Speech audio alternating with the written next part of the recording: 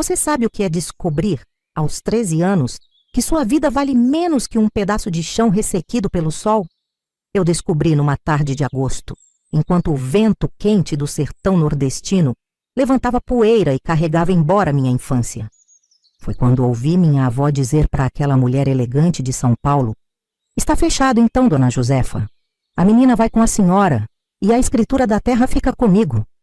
Naquele instante entendi que havia sido vendida como se fosse uma cabeça de gado.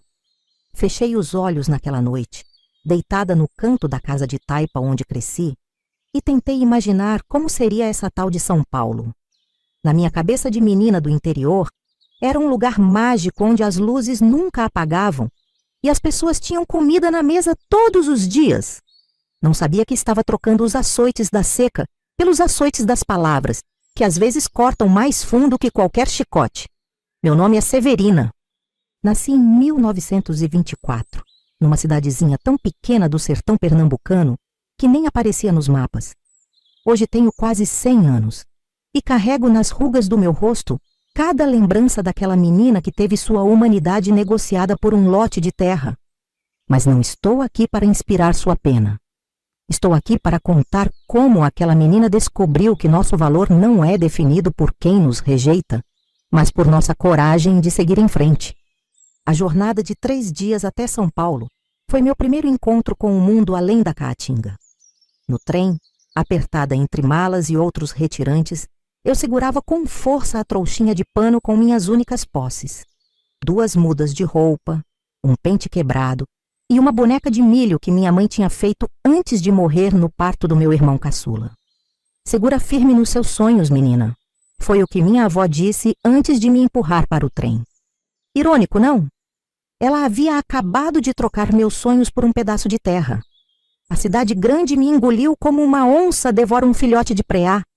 Os prédios pareciam arranhar o céu, os carros buzinavam sem parar, e o cheiro era uma mistura de fumaça, comida desconhecida e gente apressada. Tão diferente do cheiro de terra molhada e de bolo de milho da casa da minha avó. Foi quando percebi que não havia mais volta. O preço já tinha sido pago, o contrato selado com um aperto de mão, e eu tinha me tornado propriedade da filha de Dona Josefa, a sinhazinha Maria Cecília, como logo aprendi a chamá-la. Cheguei à casa dos Albuquerque Melo num domingo de manhã. O casarão no bairro de Higienópolis parecia um palácio para mim, com suas janelas enormes e grades de ferro trabalhado. O que eu não sabia é que aquela casa bonita seria minha prisão pelos próximos anos. Esta é a menina Cecília. Nome de Severina, mas pode mudar se quiser. Essas nordestinas atendem pelo que a gente chamar, disse Dona Josefa à filha, como se eu fosse um objeto recém-adquirido que pudesse ser renomeado ao gosto do novo dono. A sinhazinha me olhou de cima a baixo, torcendo o nariz como se eu cheirasse mal. Eu tinha tomado banho no dia anterior, esfregado bem os pés e até passado um pouquinho do perfume que uma senhora me deu no trem. Mas acho que o que incomodava ela não era meu cheiro, e sim minha existência. "Mãe, ela é tão pequena? Vai dar conta do serviço?" perguntou Maria Cecília, me estudando com olhos críticos. "No Nordeste elas começam cedo, filha. E essa já vem treinada pela avó. É só não deixar criar manha." Treinada, como um animal de circo. Era assim que me viam. Naquele primeiro dia, aprendi onde ficava a cozinha, o tanque de lavar roupa e o quartinho minúsculo que seria meu. Um cubículo sem janela, ao lado da área de serviço, com uma cama de armar e um prego na parede para pendurar minhas roupas.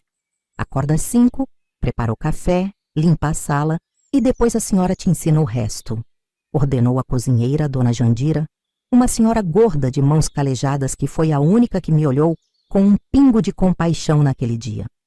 O marido da sinhazinha, um homem alto e sempre de terno que mal notava minha presença, trabalhava com negócios.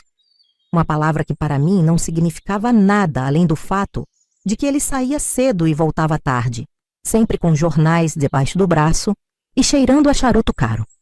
Minha primeira semana foi de adaptação dolorosa. Meus pés, acostumados a andar descalços no chão de terra, Agora tinham que se acostumar aos sapatos velhos que me deram. Para não sujar o chão da casa, disseram. Minhas mãos, que antes colhiam umbu e catavam gravetos para o fogão, agora tinham que aprender a segurar xícaras de porcelana sem tremer e a passar ferro em lençóis de linho tão finos que eu tinha medo de rasgar com a respiração. À noite, deitada naquela cama dura, eu chorava baixinho, sentindo saudade do calor do corpo da minha avó quando dormíamos juntas no tempo de frio. Será que ela pensava em mim? Será que o lote de terra valia a pena? Será que meus irmãozinhos estavam comendo melhor agora? A língua que falávamos era supostamente a mesma, mas parecia estrangeira para mim. As palavras da Sinhazinha vinham embrulhadas em um sotaque paulistano que eu custava a entender. E quando eu falava, ela fazia questão de corrigir cada expressão do sertão que escapava da minha boca. Não é pra mode, menina ignorante. É para quê? Fala direito ou vai parecer que não te ensinamos nada? Dizia ela, como se meu jeito de falar fosse uma vergonha que precisava ser escondida. Os dias se arrastavam, todos iguais. Eu era a primeira a levantar e a última a dormir. Lavava, passava, limpava, servia e ficava invisível quando tinha visita. Empregada educada é aquela que a gente nem percebe que está na sala. Era o que a Sinhazinha sempre dizia. Naquele tempo, São Paulo crescia feito praga no mato, engolindo terrenos e cuspindo prédios. O Brasil de Getúlio Vargas estava mudando, modernizando. Mas para gente como eu, as mudanças demoravam a chegar. Eu era parte de um exército invisível de nordestinas que sustentava o conforto das casas ricas, sem direitos, sem folga, sem nada além do teto e da comida. E olhe lá. A primeira vez que a Sinhazinha me humilhou na frente das visitas foi numa tarde de chá, 3 meses depois da minha chegada.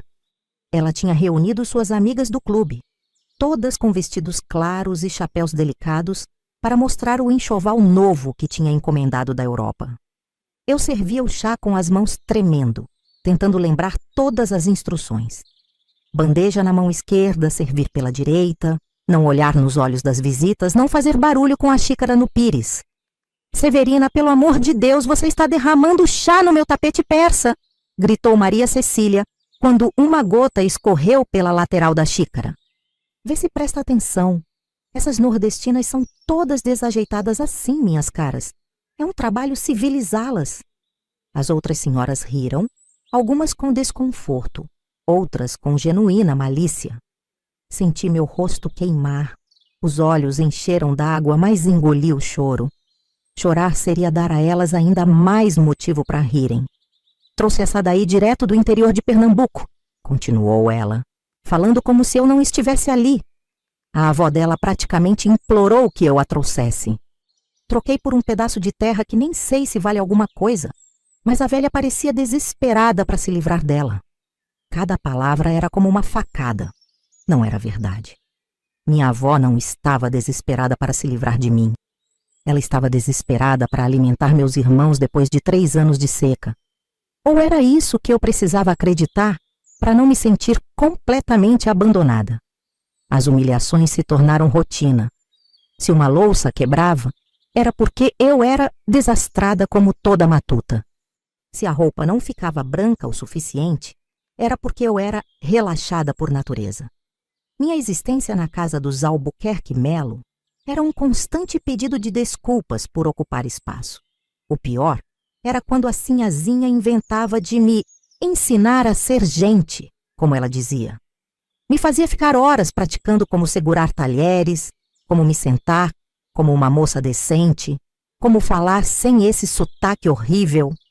E nunca estava bom o suficiente. Você tem sorte de estarmos te civilizando, Severina. Sem nós, o que seria de você? Provavelmente estaria morrendo de fome no sertão. Ou pior, dizia ela, quando eu parecia ingrata pelas lições.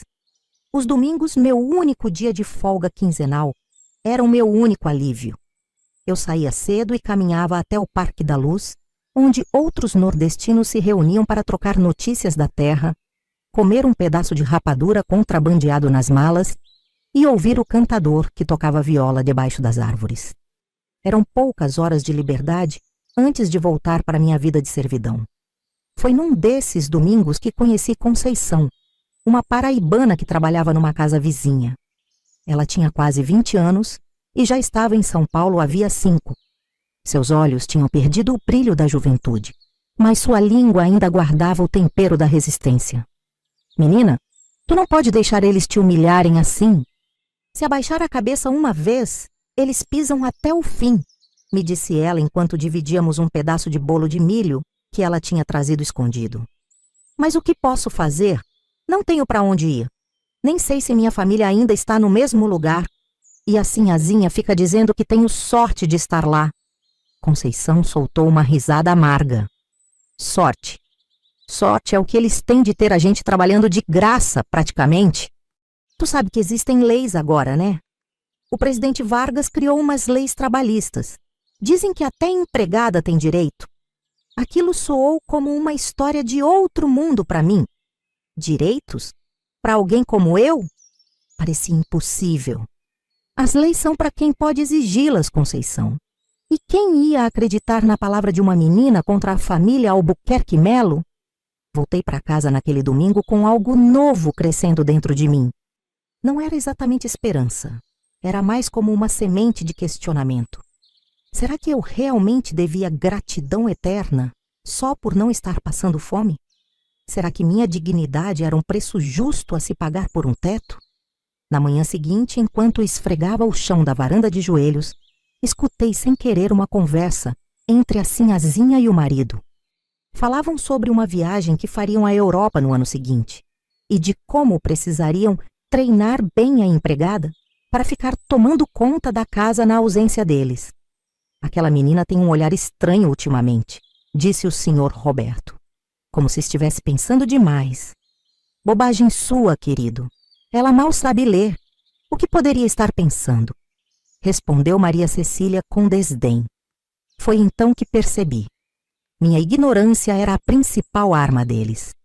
Enquanto eu não soubesse ler, enquanto não entendesse meus direitos, enquanto acreditasse que meu valor se limitava ao que eles diziam que eu valia, eu seria sempre uma mercadoria trocada por um pedaço de terra. Naquela noite, deitada no escuro, tomei uma decisão. Eu aprenderia a ler. E depois, quem sabe, aprenderia também a ser livre. Foi numa terça-feira de cinzas que o destino colocou em minhas mãos a ferramenta que mudaria tudo. A casa estava uma bagunça depois da festa de carnaval que os Albuquerque Melo tinham dado na véspera. Não que a Sinhazinha gostasse de carnaval. Ela achava coisa de povo. Mas o marido insistia em manter as aparências de família moderna e descolada entre os amigos industriais. Eu tinha acordado antes do sol, como sempre, para limpar a sujeira antes que os patrões despertassem. Copos de cristal manchados de batom, cinzeiros transbordando, almofadas jogadas pelo chão. A sala parecia ter sido palco de uma guerra elegante. Enquanto recolhia guardanapos amassados debaixo do sofá, minha mão tocou algo duro, retangular. Puxei com cuidado e descobri um livro esquecido por algum convidado. Primeiras lições de leitura, dizia na capa azul desbotada. Olhei em volta, assustada, como se estivesse segurando algo proibido. De certa forma, estava. A Sinhazinha sempre deixava claro que estudar não é pra gente da sua laia. Uma vez, quando me pegou olhando para um jornal com curiosidade, arrancou-o das minhas mãos dizendo que conhecimento na cabeça de pobre só serve para criar confusão. Hesitei por um instante. Devolver o livro? Entregá-lo à Sinhazinha? Meu coração batia forte, como se estivesse prestes a cometer um crime. Com um movimento rápido, escondi o livro no bolso do meu avental. Pela primeira vez desde que cheguei àquela casa, roubei algo. Não um objeto de valor para os patrões, mas algo inestimável para mim. A possibilidade de aprender. Durante todo o dia, senti o peso daquele livro no bolso do avental, como se fosse uma brasa viva que poderia me queimar a qualquer momento. Terminei minhas tarefas diárias com uma ansiedade incomum, derrubei uma xícara e recebi os gritos de costume. Queimei levemente o arroz e escutei como eu era imprestável. Mas nada disso importava. Dentro de mim, crescia uma expectativa tão grande que nem as humilhações cotidianas conseguiram diminuir. Quando finalmente me recolhi ao meu quartinho nos fundos, depois que todos já estavam dormindo, acendi um toco de vela que guardava para emergências. Com mãos tremendo de excitação e medo, abri o livro. As letras dançavam na página como pequenos seres misteriosos. Algumas eu reconhecia vagamente das poucas aulas que tive antes da escola do povoado fechar por falta de professores. A letra A redonda e imponente. O O como uma boca aberta de espanto. Mas juntas, em palavras, eram como um código secreto que eu não conseguia decifrar. Na primeira página, havia uma ilustração simples. Uma menina com um cachorro. Abaixo, letras que eu supunha formarem uma frase sobre a imagem. Passei o dedo sobre as letras como se o toque pudesse me revelar seus segredos. Lembrei-me da professora Dona Eulália, lá do sertão, que nos 5 meses que passou no povoado antes de desistir da miséria, tinha me ensinado a desenhar meu próprio nome. Severina era a única palavra que eu sabia escrever, e mesmo assim, de forma trêmula e insegura. Folheei o livro devagar, absorvendo as ilustrações, tentando adivinhar o que diziam as palavras abaixo delas. Uma casa, uma bola, um menino, imagens do cotidiano transformadas em lições. Um cotidiano que não era o meu, percebo agora. Casas bonitas com jardins, crianças de roupas arrumadas brincando com brinquedos que nunca tive. Aquele livro era uma janela para um mundo que me excluía, mas que, paradoxalmente, poderia ser minha passagem para a liberdade. Se eu soubesse ler, poderia entender os jornais, as cartas, os avisos, os documentos. Poderia saber o que diziam sobre mim, sobre meus direitos. Poderia, quem sabe, um dia escrever para minha família no Nordeste. Guardei o livro embaixo do colchão fino e apaguei a vela quando ouvi passos no corredor. Deitei fingindo dormir, o coração ainda acelerado, mas não de medo, de possibilidade. Pela primeira vez desde que fui trocada por um pedaço de terra, senti que talvez houvesse um futuro diferente para mim. No dia seguinte, enquanto limpava o quarto do filho adolescente dos patrões, que estudava num colégio interno e só vinha nas férias, notei sua escrivaninha cheia de cadernos e livros. Com um olhar rápido para a porta para certificar-me de que ninguém vinha, abri uma gaveta. Lápis, borrachas, canetas, tesouros simples que para mim eram inalcançáveis. Com o coração na boca, peguei um lápis curto, já meio usado, e uma folha de papel de um bloco. Ninguém sentiria falta, pensei, tentando abafar a culpa. Não era roubo, era sobrevivência. Era minha arma silenciosa contra um sistema que me queria ignorante e submissa. Naquela noite, sob a luz trêmula da vela, comecei minha jornada de autodidatismo. Copiei letras, tentei formar palavras, comparei os desenhos das letras do livro com o pouco que lembrava das aulas no sertão. Era difícil, frustrante muitas vezes, mas havia uma alegria secreta naquele ato de rebeldia silenciosa. Nos dias que se seguiram à descoberta do livro, algo mudou dentro de mim. Era como se eu tivesse sido despertada de um longo sono. As mesmas tarefas diárias que antes executava mecanicamente, lavar, passar, cozinhar, limpar, agora eram intercaladas com pensamentos sobre letras, sílabas, palavras que tentava memorizar. Minha mente, antes ocupada apenas com a preocupação de não desagradar os patrões, agora fervilhava com possibilidades. O livro escondido sob meu colchão tornou-se meu tesouro mais precioso. Cada noite, depois de um dia exaustivo de trabalho, eu dedicava 1 hora, às vezes mais quando conseguia manter os olhos abertos, a decifrar aqueles símbolos misteriosos. Comecei a reconhecer padrões, a entender como as letras se combinavam para formar sons e como esses sons formavam palavras. Bola, eu sussurrava no escuro, sentindo a palavra se formar na boca como um pequeno milagre. Caçar, meniná, palavras simples que me enchiam de um orgulho imenso, como se estivesse conquistando um território proibido. Mas junto com esse orgulho, veio também uma consciência dolorosa. Quanto mais eu aprendia, mais percebia tudo o que me havia sido negado. A educação que crianças como o filho dos patrões recebiam como direito, enquanto para mim era um segredo culposo. O respeito que era dado automaticamente a quem sabia ler e escrever. As portas que se abriam para aqueles que dominavam as palavras. Certa tarde, enquanto servia café para a Sinhazinha e suas amigas na varanda, uma delas comentou sobre um livro que tinha acabado de ler. Falavam de personagens e tramas com uma intimidade que me fez sentir ainda mais excluída. Entendi então que livros não eram apenas ferramentas. Eram companhias, confidentes, fonte de ideias e sentimentos que eu nunca tinha considerado. Você está aí parada por quê, Severina? Está surda? A voz da Sinhazinha me arrancou dos pensamentos. Traga mais biscoitos e pare de ficar olhando para as visitas como uma débil mental. Abaixei a cabeça e fui buscar os biscoitos, mas algo era diferente. As palavras dela, que antes me feriam como chicotadas, agora pareciam deslizar por mim. Era como se o pequeno conhecimento que eu estava adquirindo formasse uma armadura invisível ao redor da minha alma. Naquela noite, depois de minha sessão secreta de estudos, chorei. Não foram lágrimas de tristeza ou autocompaixão, como as muitas que derramei desde que cheguei a São Paulo. Foram lágrimas de raiva, uma raiva profunda, silenciosa, quase sagrada. Raiva de minha avó, que me entregou como se eu fosse uma mercadoria. Raiva da Sinhazinha, que me tratava como um objeto descartável.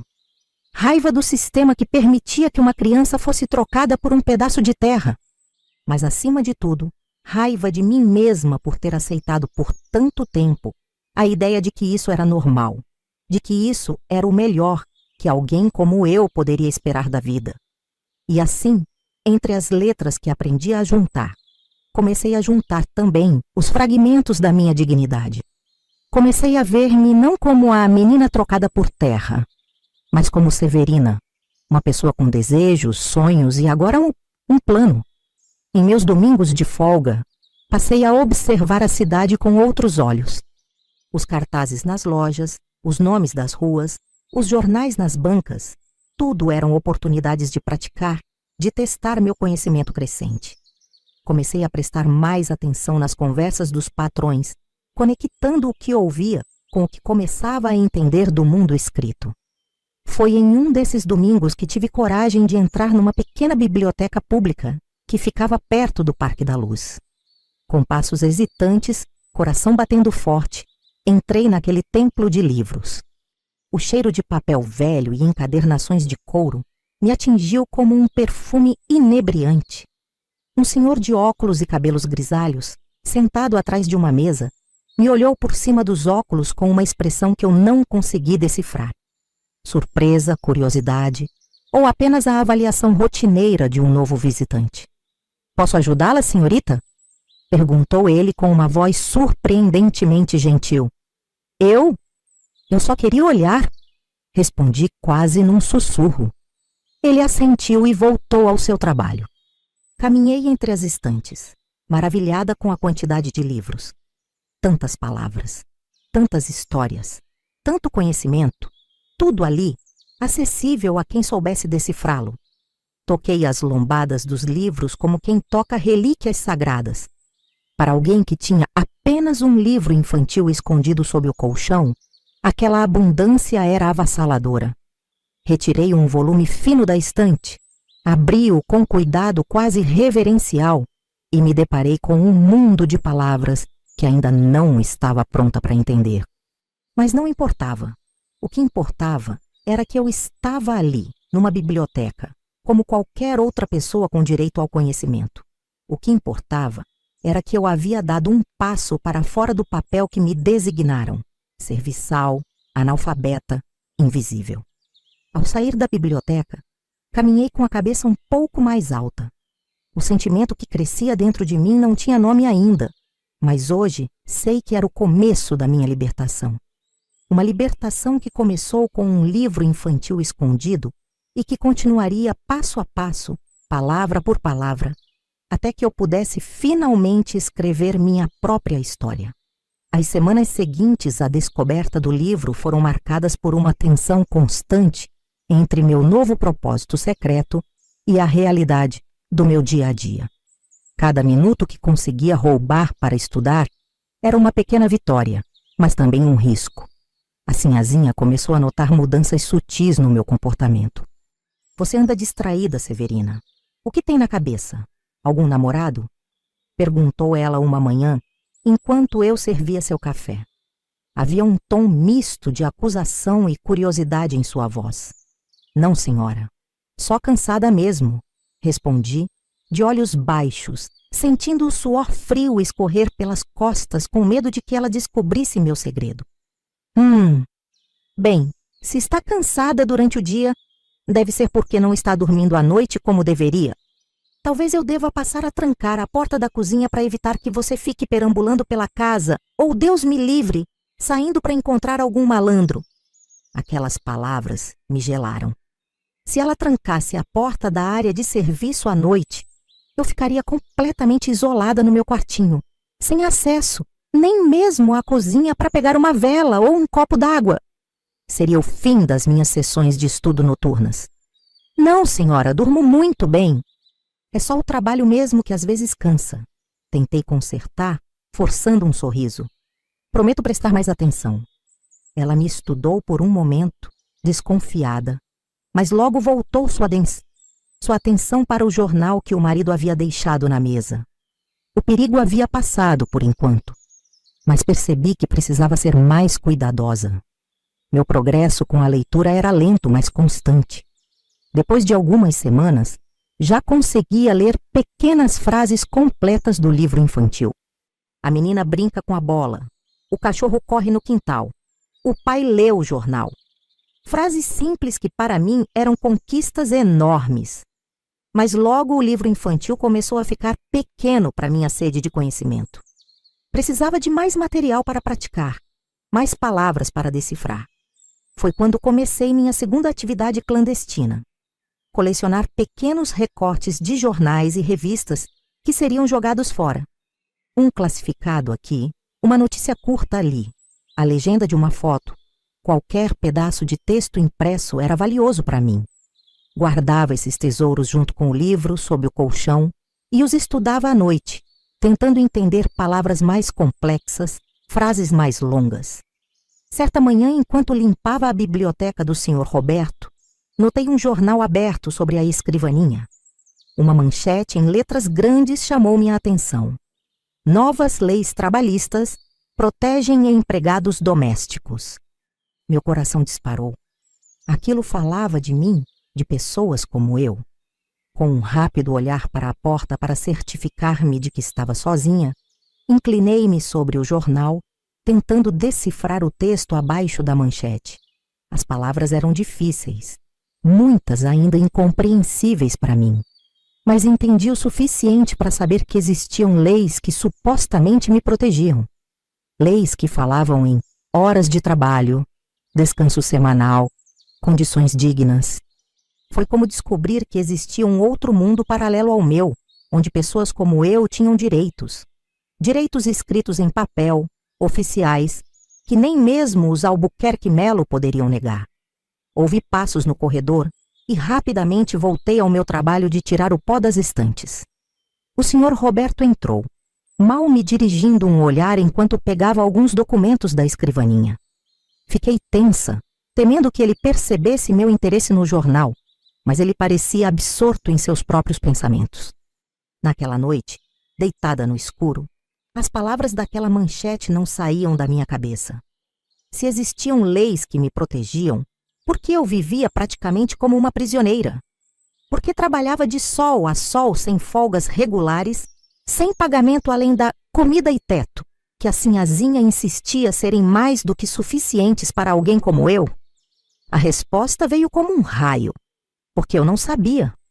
Porque não podia ler as leis, não conhecia meus direitos, não tinha como reivindicá-los. Minha ignorância era a maior aliada dos meus opressores. No domingo seguinte, durante minha folga, procurei Conceição, a doméstica paraibana que trabalhava na casa ao lado. Encontrei-a no nosso ponto habitual no parque, debaixo de uma mangueira plantada por algum nordestino saudoso. Conceição, você sabe ler?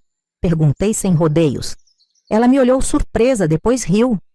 Mais ou menos, menina. Aprendi um pouco na escola noturna antes da patroa proibir. Por quê? Escola noturna, existe isso? Os olhos de Conceição brilharam com uma mistura de orgulho e nostalgia. Existe sim. Lá na Muca tem uma mantida pela igreja. 3 vezes por semana, das 7 às 9. Aprendi a assinar meu nome, a ler placas, algumas coisas assim. E qualquer um pode ir. Qualquer um que consiga escapar dos patrões. Ela baixou a voz, aproximando-se. Tu tá pensando em ir? Assenti, sentindo uma mistura de medo e determinação. Estou aprendendo sozinha, mas é difícil. Se tivesse alguém para ensinar, Conceição apertou minha mão com força. Toma cuidado, Severina. Se a Sinhazinha descobrir, vai te mandar de volta para o Nordeste mais rápido que um raio. Ou pior, vai te mandar para outra família mais longe, onde ninguém te conheça. O aviso dela era assustador, mas não o suficiente para me deter. De fato, a ideia de ser mandada de volta para o Nordeste não parecia mais um castigo, talvez fosse até uma oportunidade de reencontrar minha família. Mas eu sabia que não seria tão simples. Se me mandassem embora, seria sem dinheiro, sem referências, talvez até sem os documentos que nem sabia se existiam. Vou tomar cuidado, prometi. Mas preciso aprender mais. Preciso saber ler direito, entender essas leis que dizem que temos direitos. Conceição sorriu, um sorriso triste de quem conhecia bem o abismo entre a lei escrita e a realidade vivida. Se quiser mesmo ir à escola, posso te mostrar onde é. Mas como vai fazer com o horário? Tu não tem folga à noite. Era verdade. Meu trabalho só terminava quando os patrões iam dormir, muitas vezes depois das 10 da noite. Como poderia frequentar aulas que terminavam às 9? Foi então que comecei a planejar o que seria minha primeira ação verdadeiramente rebelde. Escapar da casa por algumas horas, 3 vezes por semana, sem que ninguém percebesse. A primeira vez que fugi para ir à escola noturna foi numa quarta-feira chuvosa. Tinha planejado tudo nos mínimos detalhes durante uma semana. Observei a rotina da casa. Cronometrei quanto tempo levava para lavar a louça do jantar. Calculei quanto tempo teria antes que alguém notasse minha ausência. Naquela noite, servi o jantar mais rápido que o normal. A Sinhazinha estava entretida com uma visita importante. A esposa de um político que poderia ajudar nos negócios do marido, e mal prestou atenção em mim. Assim que terminei de servir a sobremesa, corri para a cozinha, limpei tudo em tempo recorde e, sem que Dona Jandira percebesse, escapuli pela porta dos fundos. A chuva fina encharcou meu único vestido decente em segundos, mas não me importei. Corri pelas ruas escuras de Higienópolis até encontrar um bonde que me levaria a Muca. O dinheiro da passagem vinha das moedas que ocasionalmente encontrava ao varrer a casa e que guardava religiosamente num buraco que fiz no colchão. Cheguei à escola, que não passava de uma sala nos fundos de uma igreja, com o coração batendo tão forte que achei que fosse desmaiar. Um grupo de adultos, a maioria operários e empregadas domésticas, estava sentado em cadeiras simples, diante de uma senhora grisalha que escrevia no quadro negro. Posso ajudar? Um senhor de idade, provavelmente o padre, me abordou na porta. Eu vim para a aula, respondi, quase sem voz de tanto nervoso. Ele sorriu, um sorriso bondoso, que não via dirigido a mim havia muito tempo. Então entre, filha. Estamos começando a lição de hoje. A professora, Dona Matilde, era uma senhora aposentada que dedicava 3 noites por semana a ensinar adultos a ler e escrever. Quando me viu, toda molhada e tremendo na porta, fez um gesto para que eu me sentasse na última fileira. Nome? Perguntou discretamente, enquanto os outros alunos copiavam algo do quadro. Severina, sussurrei. Idade? Hesitei. Tinha 13 anos quando cheguei a São Paulo. Mas quanto tempo havia se passado? Os dias se fundiam na rotina da casa dos Albuquerque Melo. Acho que 15, respondi incerta. Os olhos dela se suavizaram. Bem, Severina, vamos ver o que você já sabe e começar dali.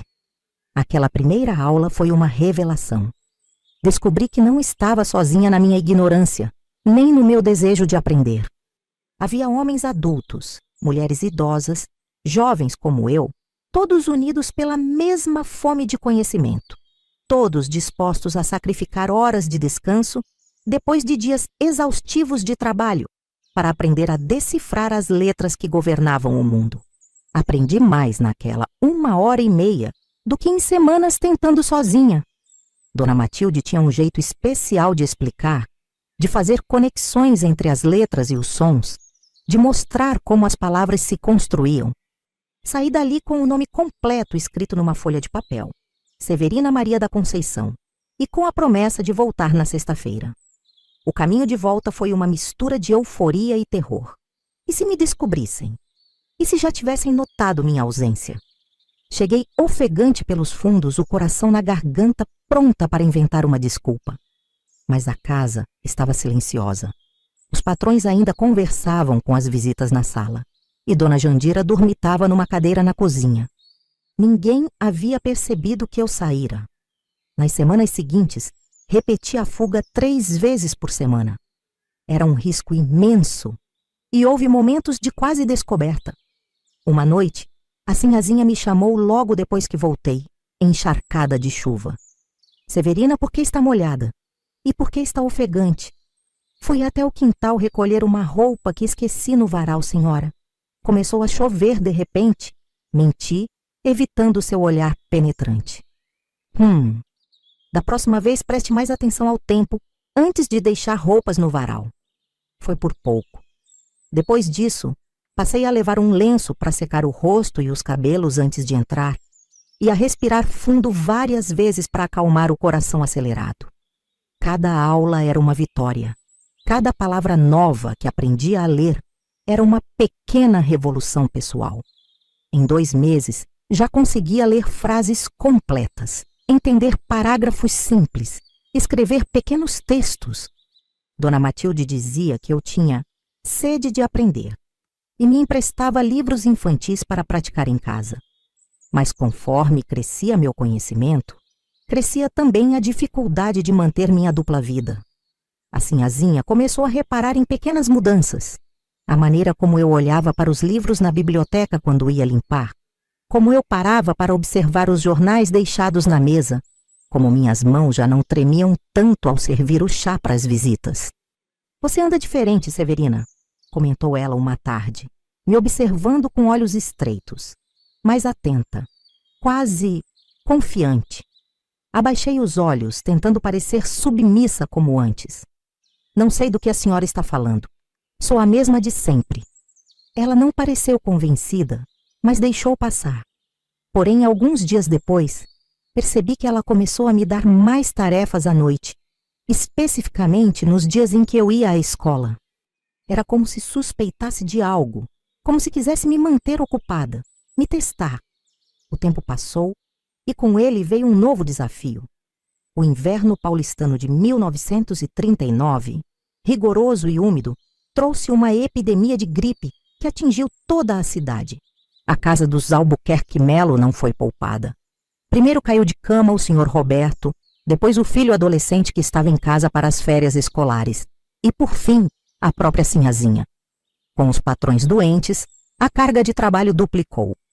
Além das tarefas normais, tinha que preparar chás e caldos a toda hora, trocar lençóis suados, correr à farmácia para buscar medicamentos. Dona Jandira também adoeceu, deixando a cozinha inteiramente sob minha responsabilidade. A exaustão começou a me dominar. Dormia apenas 4 ou 5 horas por noite, sempre alerta para atender qualquer chamado da sinhazinha, que ficava cada vez mais irritadiça com a doença. Durante o dia, mal tinha tempo para respirar.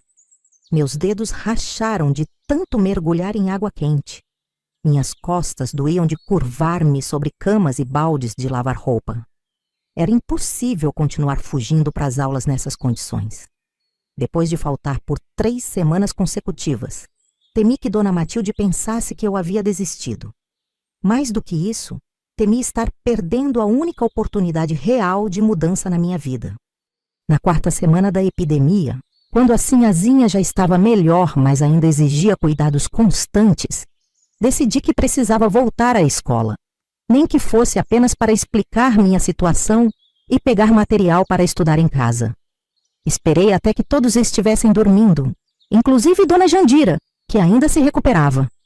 Vesti meu chale mais grosso para me proteger do frio cortante de julho e saí silenciosamente pela porta da cozinha.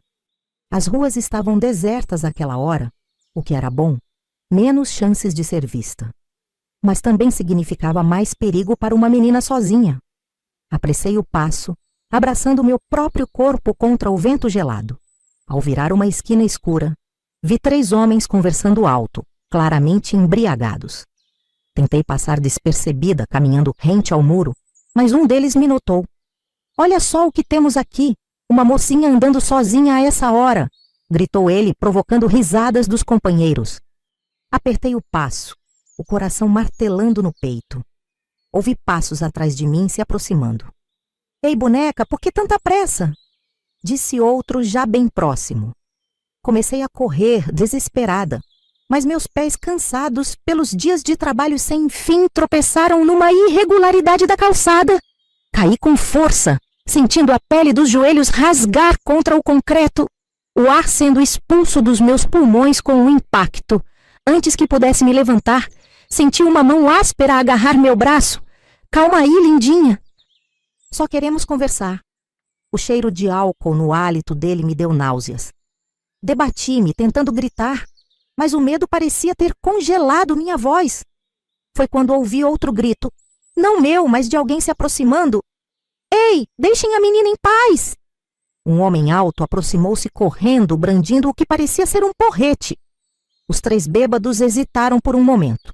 Depois decidiram que a brincadeira não valia o risco de uma briga. Soltaram-me e afastaram-se resmungando obscenidades. Meu salvador aproximou-se, preocupado. "Você está bem, moça?"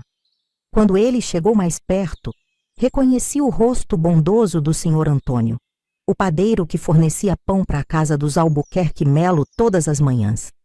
Sim, obrigada", gaguejei tentando levantar-me, mas minhas pernas tremiam demais. "Severina, é você?"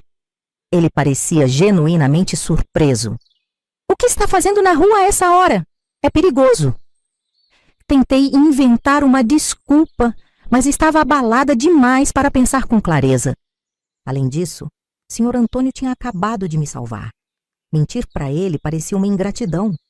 Eu estava indo para a escola noturna, confessei finalmente, os olhos fixos no chão.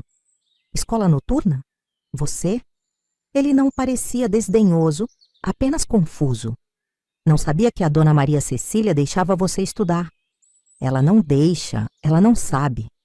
Houve um momento de silêncio enquanto ele absorvia a informação. Depois, para minha surpresa, ele sorriu. "Bem, acho que preciso te levar para casa agora. Não é seguro continuar essa aventura hoje." Concordei, derrotada. Meus joelhos sangravam e o susto tinha drenado minhas últimas reservas de energia. Sr. Antônio me acompanhou de volta, mantendo uma distância respeitosa, mas garantindo minha segurança. Na porta da cozinha hesitei. "Sr. Antônio, por favor, não conte a sinhazinha. Ela me mandaria embora, ou pior." Ele franziu o senho pensativo. "Não vou contar. Mas você não pode continuar saindo assim, sozinha, no meio da noite.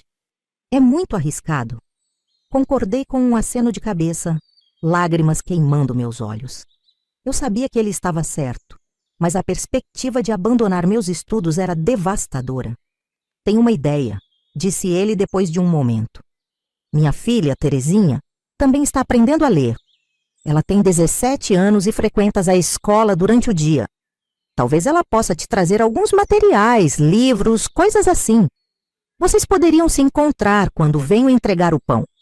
Uma pequena fagulha de esperança se acendeu dentro de mim. "A senhora deixaria?"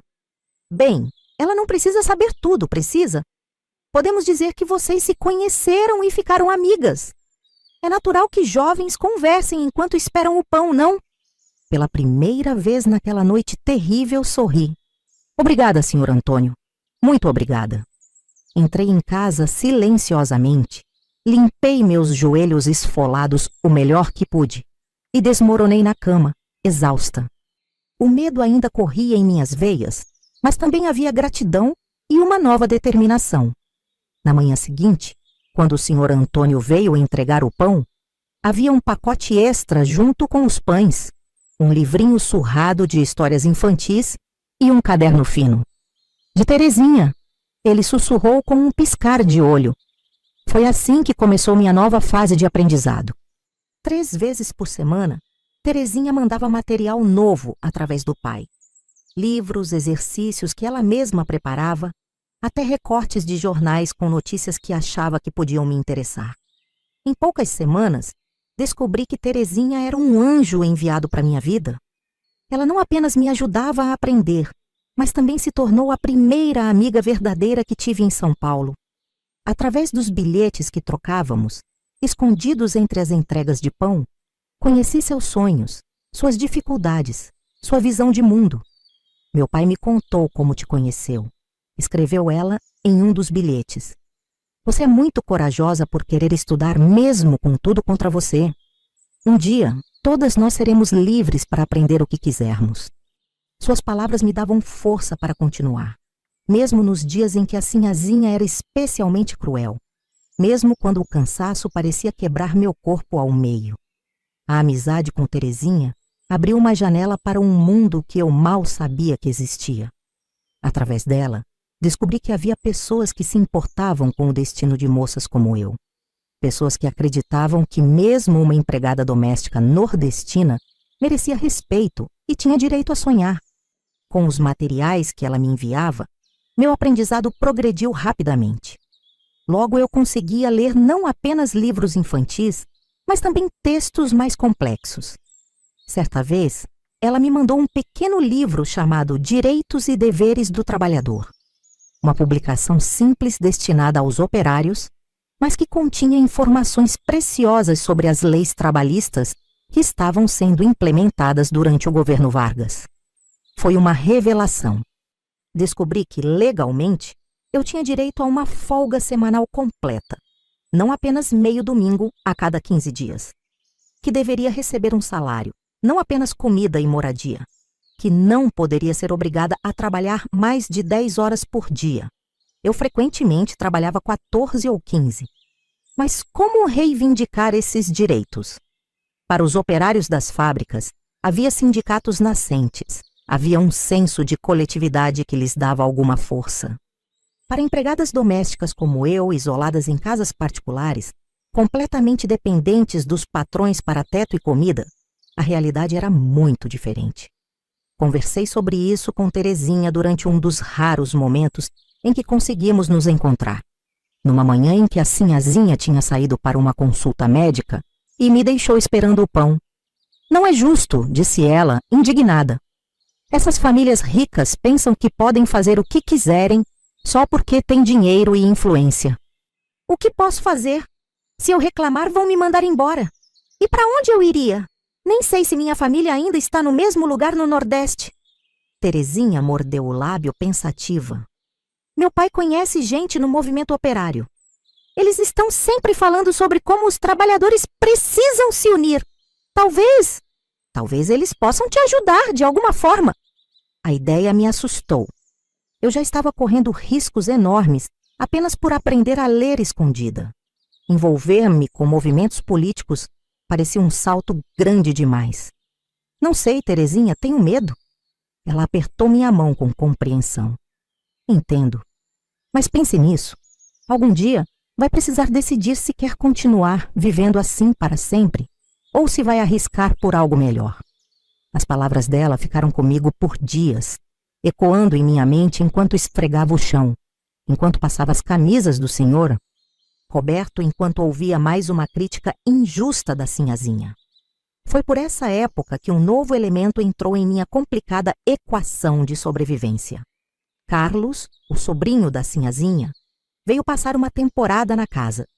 Ele tinha voltado recentemente da Europa, onde estava estudando, e sua presença causou uma agitação na rotina da casa.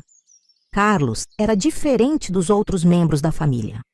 Para começar, Ele me olhava nos olhos quando falava comigo, algo que nenhum dos Albuquerque Melo jamais fazia. Ele agradecia quando eu servia o café, perguntava se eu estava bem quando me via tossindo por causa do pó da limpeza. A princípio eu desconfiei.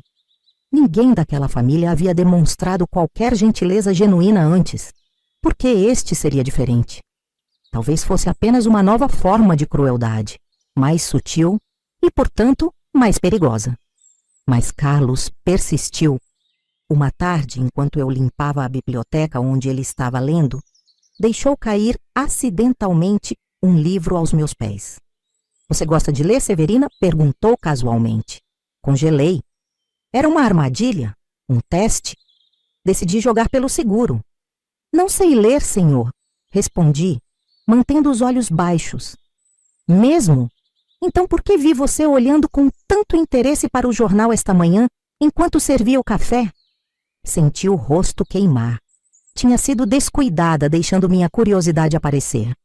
"Eu só estava olhando os desenhos", menti, odiando-me por negar a habilidade que tanto me custara adquirir. Carlos sorriu, um sorriso gentil que não combinava com o ambiente daquela casa. "Severina não precisa mentir para mim. Não sou como meus tios." Hesitei, o coração acelerado. Algo no tom dele me fez querer confiar, mas anos de humilhações tinham construído uma muralha espessa ao redor da minha confiança. "Sabe", continuou ele, "na Europa, onde estive estudando, há um movimento crescente de pessoas que acreditam que todos deveriam ter acesso à educação. Todos." Ele enfatizou a última palavra, olhando-me intensamente. Depois, como quem não quer nada, deixou o livro sobre a mesinha ao lado de onde eu estava limpando. Era um romance fino, com uma capa colorida mostrando uma jovem olhando pela janela. "Este é muito bom para quem está começando a ler livros mais complexos." Linguagem simples, história envolvente. "Vou deixar aqui enquanto vou almoçar." "Se desaparecer, bem, livros às vezes têm pernas, não é mesmo?" E com um sorriso cúmplice, saiu da biblioteca, deixando-me atônita com aquele gesto inesperado. Peguei o livro com mãos trementes, sentindo seu peso, admirando a capa brilhante. Era o primeiro romance de verdade que teria a oportunidade de ler. Não um livro infantil ou um panfleto informativo, mas uma história real, com personagens complexos e um mundo a ser explorado. Escondi-o rapidamente sob o avental e terminei a limpeza em tempo recorde. Aquela noite, iluminada pela chama fraca da vela, comecei a ler A Moreninha, de Joaquim Manuel de Macedo. Foi como abrir uma porta para outro universo. Um universo onde moças como eu podiam ser protagonistas, podiam sonhar, podiam amar. Nos dias que se seguiram, Carlos continuou sua silenciosa cumplicidade. De vez em quando, um novo livro aparecia, em lugares onde só eu encontraria. Uma vez deixou um caderno novo e lápis sob o tapete que eu iria limpar. Outra vez, um pequeno dicionário caiu acidentalmente atrás da poltrona da biblioteca. Nunca falávamos abertamente sobre isso. Era um acordo tácito, uma revolução silenciosa dentro daquelas paredes opressoras. Para ele, talvez fosse apenas um pequeno ato de rebeldia contra a mentalidade retrógrada da família. Para mim, era oxigênio puro em um ambiente sufocante. O verão de 1940 chegou com um calor sufocante que parecia refletir a tensão crescente no mundo. A Europa estava em guerra, e embora o Brasil ainda se mantivesse neutro, as conversas na mesa de jantar dos Albuquerque Melo frequentemente giravam em torno de política internacional e de como os eventos europeus poderiam afetar os negócios. Para mim, o calor tornava o trabalho ainda mais exaustivo. O suor escorria enquanto esfregava o chão, enquanto passava ferro nas roupas pesadas, enquanto me debruçava sobre o fogão a lenha preparando o almoço. Mas havia uma chama dentro de mim que nem o calor mais intenso poderia apagar. A chama do conhecimento que crescia a cada livro que devorava nas noites silenciosas, a cada conversa breve com Carlos ou Terezinha. Eu já não era mais a mesma menina assustada que chegara a São Paulo 3 anos antes. Fisicamente tinha crescido. Aos 16 anos, Meu corpo já mostrava as curvas de mulher, mas a maior transformação era interna. Eu agora entendia o mundo de uma forma que jamais imaginei ser possível. Sabia que existia uma vida além daquelas paredes, que havia possibilidades que antes nem sequer sonhava. Essa nova consciência trazia consigo um peso. Quanto mais eu aprendia, mais insuportável se tornava a minha situação. As humilhações diárias que antes aceitava como parte natural da vida, agora me feriam com uma intensidade nova. Já não conseguia baixar os olhos e murmurar, sim, senhora, sem sentir uma revolta crescente no peito. Minha mudança de atitude não passou despercebida pela sinhazinha. Uma manhã, enquanto eu servia o café, ela notou como eu observava atentamente o jornal que o senhor Roberto lia. "O que está olhando com tanto interesse, Severina?" perguntou ela, a voz carregada de suspeita. "Nada não, senhora", respondi, desviando os olhos rapidamente. Ultimamente você anda muito distraída. E tenho notado como você passa tempo demais na biblioteca quando vai limpar." Ela estreitou os olhos. "Espero que não esteja mexendo nas coisas." O senhor Roberto, que raramente participava dessas interações, levantou os olhos do jornal. "Deixe a menina em paz, Maria Cecília. Ela apenas faz seu trabalho." "Não é só isso, Roberto. Ela está diferente, não tão submissa como antes." A palavra caiu como uma pedra entre nós. Submissa. Era isso que esperavam de mim. Submissão total. Apagamento completo da minha personalidade, da minha humanidade. Carlos, que tomava seu café silenciosamente no canto da mesa, interveio. "Tia, talvez você esteja vendo problemas onde não existem. Severina é uma boa empregada, sempre cuidadosa e diligente." A sinhazinha não gostou da interferência do sobrinho, mas não quis contrariá-lo na frente do marido. Limitou-se a dar um olhar penetrante na minha direção antes de voltar à sua xícara de café. Mais tarde naquele dia, encontrei um bilhete escondido entre as roupas limpas que Carlos havia deixado para eu passar. "Tenha cuidado. Minha tia está desconfiada. Temos que conversar hoje à noite, depois que todos dormirem, no Jardim dos Fundos." O bilhete me deixou nervosa. O que Carlos queria discutir que não poderia ser dito durante o dia, em encontros acidentais na biblioteca ou nos corredores?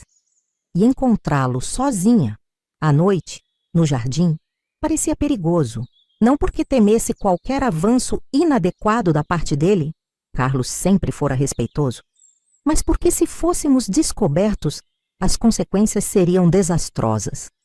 Mesmo assim, a curiosidade e a urgência no tom do bilhete me convenceram. Depois que todos se recolheram e a casa caiu no silêncio, saí silenciosamente pelo quintal, até o pequeno Jardim dos Fundos, iluminado apenas pela luz fraca da lua crescente. Carlos já estava lá, sentado num banco de pedra, fumando nervosamente um cigarro que apagou assim que me viu. "Desculpe chamá-la assim, Severina, mas precisamos conversar sem que minha tia ou qualquer outra pessoa possa nos ouvir." Assenti, mantendo uma distância respeitosa. "O que houve, senhor? Primeiro, pare de me chamar de senhor quando estamos sozinhos. Somos quase da mesma idade, pelo amor de Deus." "Tudo bem, Carlos." Pronunciar seu nome sem o título formal parecia estranho, quase íntimo demais. "Ouvi minha tia conversando com meu tio ontem à noite", disse ele, a voz baixa e urgente. "Ela está convencida de que você está escondendo algo. Disse que vai revistar suas coisas amanhã, enquanto você estiver lavando roupa no tanque dos fundos." Senti um calafrio percorrer minha espinha. Todos os meus livros, o caderno onde praticava escrita, o pequeno dicionário, os recortes de jornais, tudo estava escondido sob meu colchão. "Se a sinhazinha encontrasse, o que faço?" perguntei, o pânico crescendo na minha voz. "Precisa remover tudo do seu quarto, hoje mesmo." Carlos hesitou, depois continuou. "Há mais, Severina. Escutei minha tia dizer que está pensando em te mandar de volta ao Nordeste. Aparentemente, uma prima dela precisa de uma empregada em Recife e ofereceu um bom dinheiro para transferir você." Transferir. A palavra me atingiu como um tapa. Novamente eu seria negociada como mercadoria passada adiante como um objeto cujo valor os outros decidiam. Eles não podem fazer isso, sussurrei, mais para mim mesma do que para Carlos. Eu não sou propriedade deles. Legalmente, eles não têm esse direito, é verdade. Mas você e eu sabemos que famílias como a minha frequentemente operam acima da lei. E Severina? Ele hesitou, parecendo escolher as palavras. Você é menor de idade, e pelo que entendi, sua avó assinou algum tipo de documento dando a guarda legal à minha tia. Aquilo confirmava minhas suspeitas mais sombrias. Eu não era apenas uma empregada, era uma tutelada, uma espécie de propriedade legal até completar a maioridade. Quanto tempo até eu completar 18 anos? Perguntei, tentando fazer contas mentalmente. Pelo que minha tia disse, ainda falta mais de 1 ano. Carlos suspirou. Não temos tanto tempo assim. Precisamos pensar em algo mais imediato. Ficamos em silêncio por um momento, o peso da situação caindo sobre nós, como o orvalho noturno que começava a umedecer o jardim. Tenho amigos, disse Carlos, finalmente. Pessoas que podem ajudar, estudantes, intelectuais, alguns jornalistas. Gente que acredita em justiça social, que luta contra esse tipo de escravidão moderna. A palavra escravidão ecoou em meus ouvidos. Era isso então? Era assim que se chamava o que eu vivia? O que eles poderiam fazer por mim? Perguntei, um fio de esperança se formando. Arranjar um lugar seguro para você ficar. Talvez um emprego decente, com pagamento justo. Ajudar você a localizar sua família no Nordeste, se quiser. Era tudo o que eu mais desejava. Mas o medo ainda me paralisava. E se não der certo? E se me encontrarem? Sua tia tem influência, conhece gente importante. Carlos inclinou-se ligeiramente, seus olhos brilhando na penumbra com uma intensidade que me surpreendeu. Severina, você tem que decidir o que quer para a sua vida. Continuar aqui, sendo humilhada diariamente, tratada como propriedade, ou arriscar tudo por uma chance de liberdade. Suas palavras ecoaram as de Terezinha semanas antes. Era hora de decidir. Um barulho vindo da casa nos sobressaltou. Alguém havia acendido uma luz no quarto do casal. Rapidamente nos separamos, concordando em continuar a conversa na manhã seguinte, de forma discreta. Voltei para meu quartinho com o coração pesado, de decisões difíceis. Como num transe, reuni todos os meus tesouros, livros, cadernos, recortes, e os escondi temporariamente num canto frouxo da cerca dos fundos, onde ninguém pensaria em procurar. Deitada na escuridão, as palavras de Carlos martelavam em minha mente. Arriscar tudo por uma chance de liberdade. Não era apenas sobre fugir daquela casa. Era sobre reivindicar minha própria história, meu direito de decidir meu próprio valor. O relógio da sala badalou 2 da manhã, e eu ainda estava acordada, os olhos abertos no escuro, quando tomei minha decisão. Não seria mais a menina trocada por um lote de terra. Seria Severina Maria da Conceição, dona do meu próprio destino. Agora preciso continuar o roteiro a partir da parte 4, que é o clímax emocional. Vou seguir com as próximas subpartes. A manhã seguinte nasceu carregada de tensão. Enquanto preparava o café da família, cada ruído me sobressaltava. Cada olhar da sinhazinha parecia penetrar meus pensamentos. Será que ela sabia dos meus planos?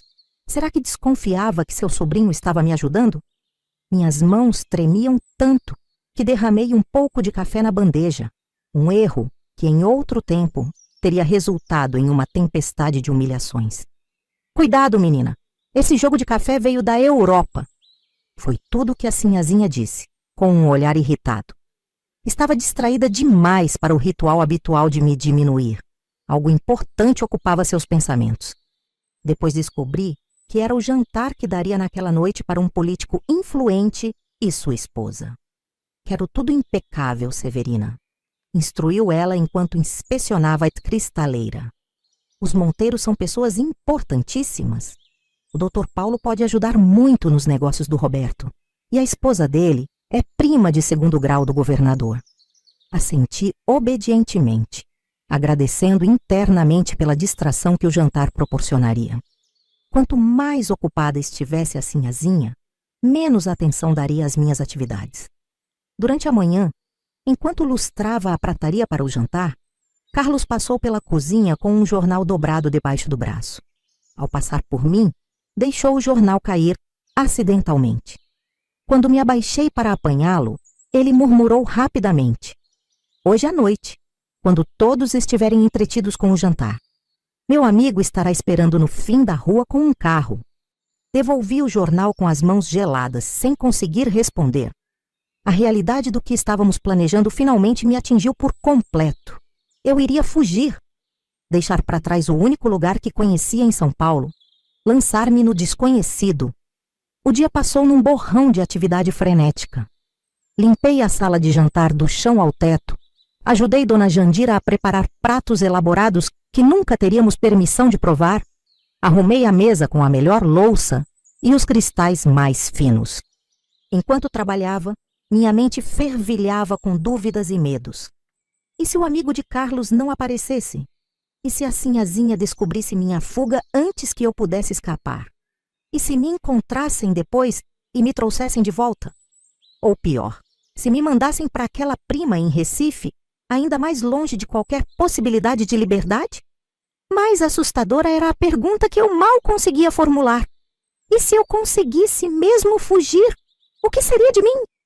Uma menina de 16 anos, sozinha numa cidade grande, sem dinheiro, sem família, sem referências. O mundo lá fora podia ser tão cruel quanto a casa dos Albuquerque Melo.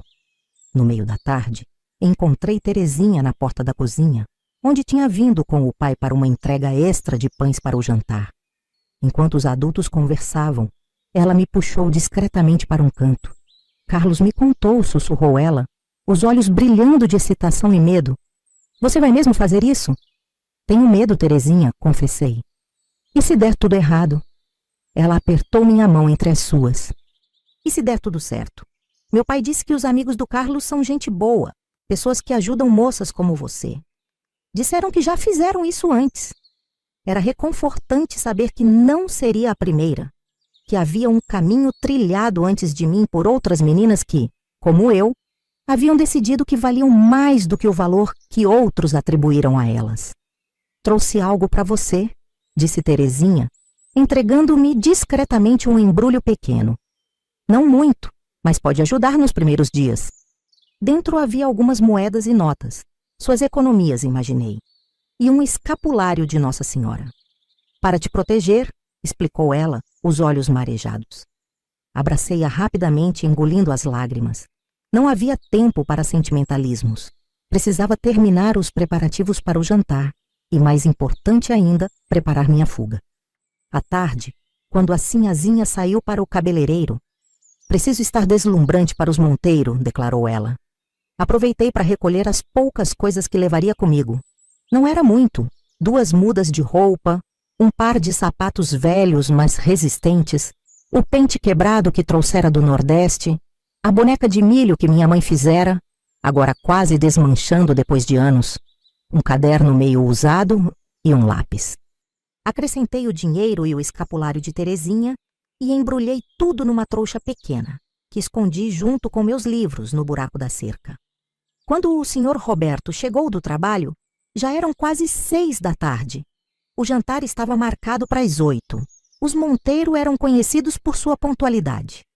A sinhazinha voltou do cabeleireiro às 6h30, reclamando do calor que arruinava seu penteado e exigindo que eu preparasse imediatamente seu banho.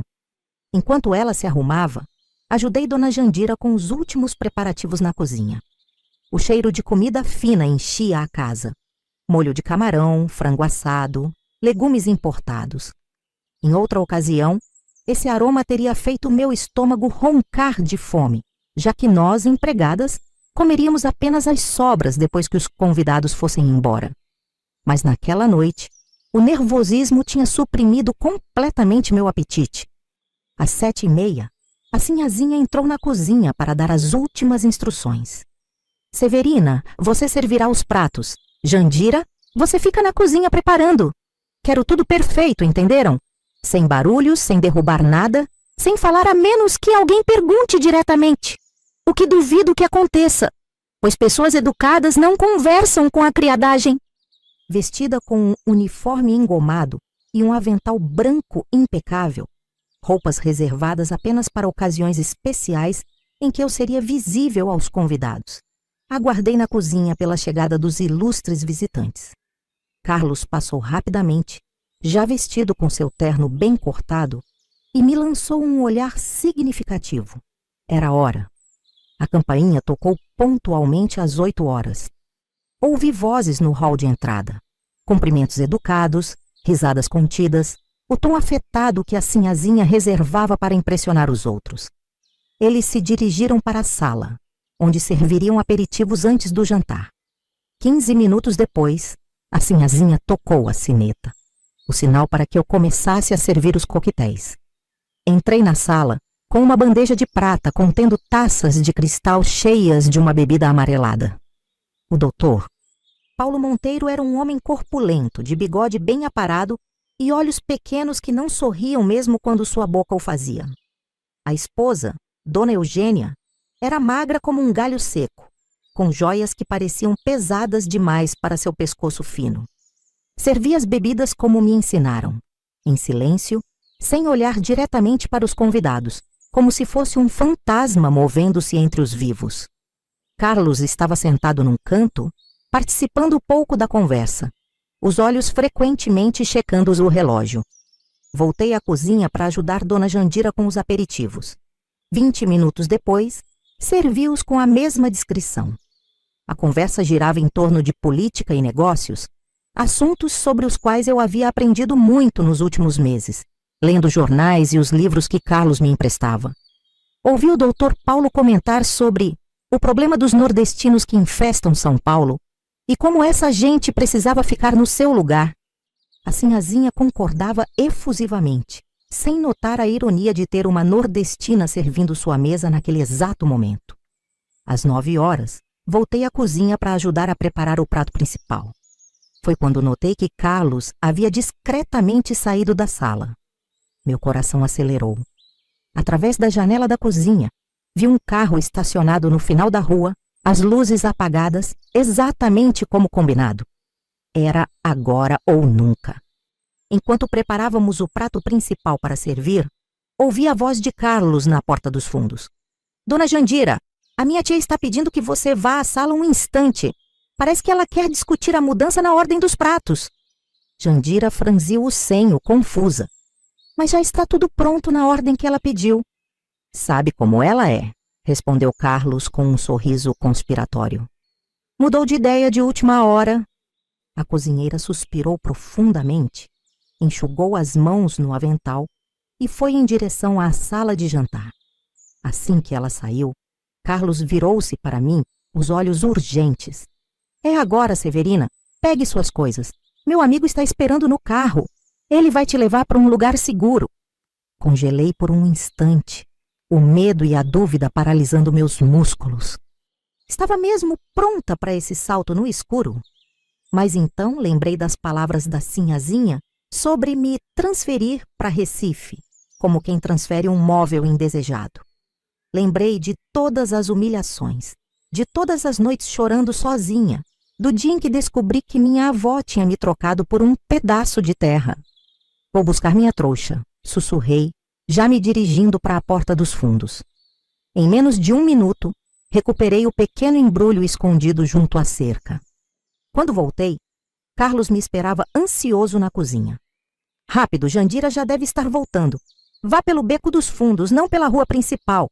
Ricardo está com o carro na esquina, um Ford preto. Ele vai te reconhecer. Hesitei na porta, olhando para trás uma última vez. Aquela cozinha onde passei tantas horas, onde aprendi a engolir lágrimas junto com o orgulho, parecia de repente estranhamente familiar, quase segura comparada ao desconhecido que me aguardava. E se eles me encontrarem? Perguntei, a voz embargada. Não vão, garantiu Carlos. Ricardo vai te levar para pessoas que sabem como proteger moças como você. Confie em mim. Confiar. Uma palavra tão simples, mas tão difícil para alguém que teve tão poucos motivos para confiar nos outros. Mas olhando nos olhos de Carlos, Senti que podia dar esse salto de fé. Como vou te agradecer? Perguntei. Vivendo sua vida com dignidade, respondeu ele. É o mínimo que todos merecem. Ouvimos passos se aproximando. Jandira voltando da sala. Não havia mais tempo para despedidas. Com um último aceno, saí pela porta dos fundos, mergulhando na escuridão da noite paulistana. O beco atrás da casa era mal cheiroso e escuro, mas naquele momento representava o caminho para a liberdade. Caminhei rapidamente, agarrando minha pequena trouxa contra o peito, como se contivesse todos os meus sonhos, e, de certa forma, continha. Cada passo me afastava da casa dos Albuquerque Melo, da Sinhazinha, da vida de servidão que me foi imposta. Ao virar a esquina, vi o Ford preto estacionado sob uma árvore, exatamente como Carlos havia descrito. Um jovem de óculos e cabelos escuros me observava atentamente pela janela do motorista. Quando me aproximei, ele abriu a porta do passageiro. "Severina?" perguntou em voz baixa. Assenti, o coração batendo tão forte que achei que ele poderia ouvir. "Entre rápido. Sou Ricardo, amigo de Carlos." Mal entrei no carro, ele deu partida e começamos a nos afastar do bairro de Higienópolis. Olhei para trás, observando as mansões elegantes ficarem cada vez menores, até desaparecerem quando viramos em uma avenida maior. "Para onde estamos indo?" perguntei, a voz um pouco mais firme agora. "Para o Brás", respondeu ele. "Tenho amigos lá, um casal, professores. Eles vão te abrigar por alguns dias até encontrarmos um lugar mais permanente para você." O Brás. Um bairro de operários, imigrantes e nordestinos como eu. Um mundo à parte dos salões elegantes de Higienópolis. Um lugar onde eu poderia, talvez, finalmente me sentir menos deslocada. Enquanto o carro avançava pela cidade, minha mente trabalhava freneticamente. O que aconteceria quando descobrissem minha falta? A Sinhazinha provavelmente já estaria furiosa a essa altura. O jantar importante interrompido pela ausência da empregada, que deveria servir o prato principal. Ela mandaria me procurar? Chamaria a polícia? Ou simplesmente me substituiria, como já havia feito com outras empregadas antes de mim? "Não se preocupe", disse Ricardo como se lesse meus pensamentos. Pessoas como os Albuquerque Melo raramente chamam a polícia quando uma empregada foge. Seria admitir que algo estava errado, que não eram os patrões perfeitos que fingem ser. Mas eles têm um documento, algum papel que minha avó assinou? Ricardo sorriu, um sorriso que iluminou seu rosto sério. Carlos já cuidou disso. Ele encontrou esse documento no escritório do tio e o substituiu por uma folha em branco. Sem provas, eles não podem fazer nada contra você. A perspicácia de Carlos me surpreendeu. Ele havia pensado em tudo, preparado cada detalhe para garantir minha segurança. Senti uma onda de gratidão por esse jovem que arriscava a relação com a família para ajudar alguém que, aos olhos da sociedade, não valia mais que um lote de terra no sertão. Chegamos ao Brás depois de quase meia hora de viagem. As ruas aqui eram mais estreitas, menos iluminadas, mas também mais vivas, mesmo àquela hora. Pessoas conversavam nas calçadas, música saía de algumas casas, o cheiro de comida caseira pairava no ar. Ricardo parou o carro em frente a um sobrado modesto, mas bem cuidado. Chegamos. A professora Helena e o marido dela, Joaquim, estão esperando. Desci do carro com pernas trêmulas, ainda não conseguindo acreditar completamente na minha fuga bem-sucedida. A porta da casa se abriu antes mesmo que batêssemos, revelando uma mulher de meia idade, com um rosto gentil, emoldurado por cabelos grisalhos. "Você deve ser Severina", disse ela, com um sorriso acolhedor. "Entre, querida. Deve estar exausta." A casa era simples comparada à mansão dos Albuquerque Melo, mas tinha um calor, uma humanidade que nunca senti naqueles salões elegantes. Livros ocupavam quase todas as superfícies disponíveis, nas estantes, sobre mesas, empilhados no chão. O cheiro de café fresco e pão caseiro substituía o de cera e perfume francês. Helena me conduziu até uma pequena sala de jantar, onde seu marido, um homem calvo de óculos grossos, lia um jornal à mesa. Ele se levantou quando entramos, estendendo a mão para mim. Um gesto de igualdade que me desconcertou. Bem-vinda, Severina. Carlos nos contou sua história. Você é uma jovem muito corajosa. Corajosa. Ninguém nunca havia me chamado assim antes. Para a sinhazinha, eu era preguiçosa, desastrada, ignorante. Para minha avó era um fardo, algo a ser trocado por terra. Mas para estas pessoas, estranhos que me recebiam em sua casa no meio da noite, eu era corajosa. As lágrimas que havia contido durante toda a fuga finalmente transbordaram. Não eram lágrimas de medo ou tristeza, como tantas que derramei no quartinho dos fundos da casa dos Albuquerque Melo. Eram lágrimas de alívio, de libertação, talvez até de esperança. Helena gentilmente me conduziu até uma cadeira e colocou uma xícara de café quente na minha frente. Beba, querida. Depois pode nos contar sua história se quiser, ou pode descansar. Temos tempo agora. Tempo. Que conceito estranho para quem viveu anos correndo contra o relógio, sempre atrasada para alguma tarefa, sempre com medo de não terminar os afazeres antes do anoitecer. De repente, eu tinha tempo. Tempo para respirar, para pensar, para decidir o que queria fazer a seguir. Entre goles de café, comecei a falar. Contei sobre a seca no Nordeste, sobre minha avó me entregando a Dona Josefa, sobre os anos de servidão na casa dos Albuquerque Melo. Contei sobre como aprendi a ler escondida, sobre os livros que Carlos me emprestava, sobre as aulas noturnas, sobre Terezinha e seu pai. Helena e Joaquim ouviam atentamente, sem interromper, apenas ocasionalmente trocando olhares de indignação ou compaixão. Ricardo permanecia num canto, silencioso, mas visivelmente tocado pela minha narrativa. O que vocês fazem? Perguntei finalmente, curiosa sobre esses estranhos que me acolheram sem questionar. Por que ajudam pessoas como eu? Joaquim ajustou os óculos pensativo. Somos professores, como Ricardo deve ter mencionado. Helena ensina primário numa escola pública aqui no bairro. Eu dou aulas de história no liceu. E ajudamos porque acreditamos que todo ser humano merece dignidade. Porque não podemos ficar parados vendo injustiças acontecerem. Já ajudamos outras moças como você, completou Helena. Meninas do interior que vieram para São Paulo trabalhar em casas de família e acabaram em situações difíceis. Algumas voltaram para suas famílias, outras encontraram empregos decentes. Algumas até estão estudando agora. A ideia de que minha história não era única, de que havia outras como eu e que algumas tinham encontrado um caminho melhor, acendeu uma centelha de esperança dentro de mim. E agora? Perguntei, colocando em palavras a questão que martelava em minha mente desde que saí pela porta dos fundos da casa dos Albuquerque Melo. O que acontece comigo? Helena sorriu gentilmente, estendendo a mão para cobrir a minha sobre a mesa. Agora você descansa. Amanhã começamos a pensar no próximo passo.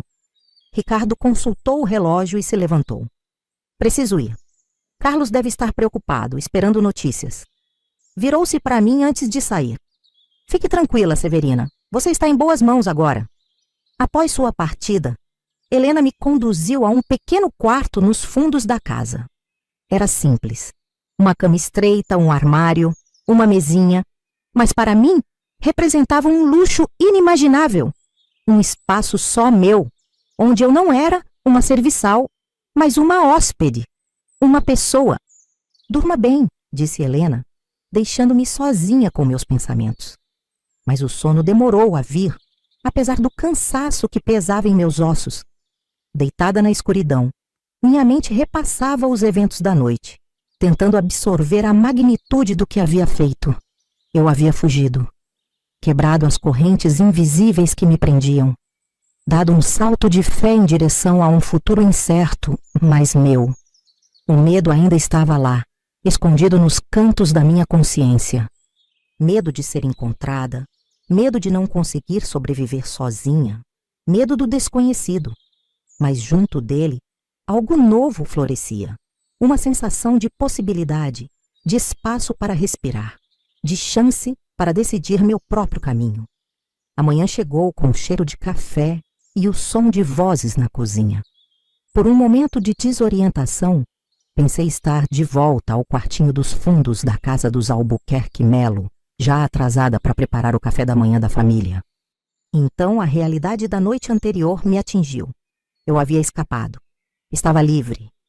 Helena bateu suavemente na porta antes de entrar, trazendo uma xícara de café e um pedaço de pão com manteiga. Bom dia, querida. Dormiu bem? Assenti, ainda não totalmente acostumada a ser tratada com tanta consideração. Temos novidades, continuou ela, sentando-se na beirada da cama. Ricardo voltou há pouco. Conversou com Carlos pelo telefone. Meu estômago apertou. Descobriram que fugi? Estão me procurando? Helena sorriu, tranquilizadora. Na verdade, parece que a Sinhazinha está mais preocupada com a vergonha social do que com seu paradeiro. Segundo Carlos, ela disse às visitas que você recebeu um telegrama urgente sobre uma doença na família e teve que partir às pressas. Não pude conter uma risada amarga. Ela nem sabe onde minha família está. E nunca se importaria com uma doença de gente como eu. Bem, o importante é que não estão te procurando ativamente. Carlos acha que ela vai simplesmente contratar outra empregada e fingir que você nunca existiu. É mais fácil para ela assim do que admitir que uma nordestina ignorante conseguiu fugir. A ideia me deu um estranho conforto. O orgulho da Sinhazinha era minha proteção. Ela jamais admitiria publicamente que havia perdido uma empregada. E agora? Perguntei, repetindo a pergunta da noite anterior, mas com a mente mais clara após uma noite de sono. Agora temos opções a discutir, respondeu Helena. Mas primeiro tome seu café e venha nos encontrar na cozinha quando estiver pronta. Vesti-me rapidamente, ainda usando as mesmas roupas da fuga, e fui encontrá-los. Joaquim estava na mesa da cozinha com vários papéis espalhados à sua frente. Helena mexia algo no fogão que cheirava deliciosamente a caldo de feijão. Bom dia, Severina, saudou Joaquim, indicando uma cadeira para que eu me sentasse. Estávamos justamente conversando sobre você. Sobre mim? Sim, sobre suas opções daqui para frente. Veja bem, você tem várias possibilidades. Helena juntou-se a nós na mesa, colocando uma xícara de café para o marido. Primeiro precisamos regularizar sua situação. Você tem documentos? Certidão de nascimento, algo assim? Balancei a cabeça negativamente. Nunca vi nenhum documento meu. A Sinhazinha guardava tudo. Como imaginamos, suspirou Joaquim. Bem, temos contatos que podem ajudar com isso. Um amigo no cartório que já nos ajudou em casos semelhantes. A ideia de que existia uma rede de pessoas dispostas a ajudar pessoas como eu, pessoas que acreditavam que eu merecia uma chance, era quase tão assustadora quanto reconfortante. Quanto às suas opções, continuou Helena, você pode ficar conosco por um tempo, até se estabelecer. Posso perguntar na escola onde trabalho se precisam de ajudante. Não seria um trabalho glamuroso, limpeza, organização, mas seria honesto, com pagamento justo e tratamento digno.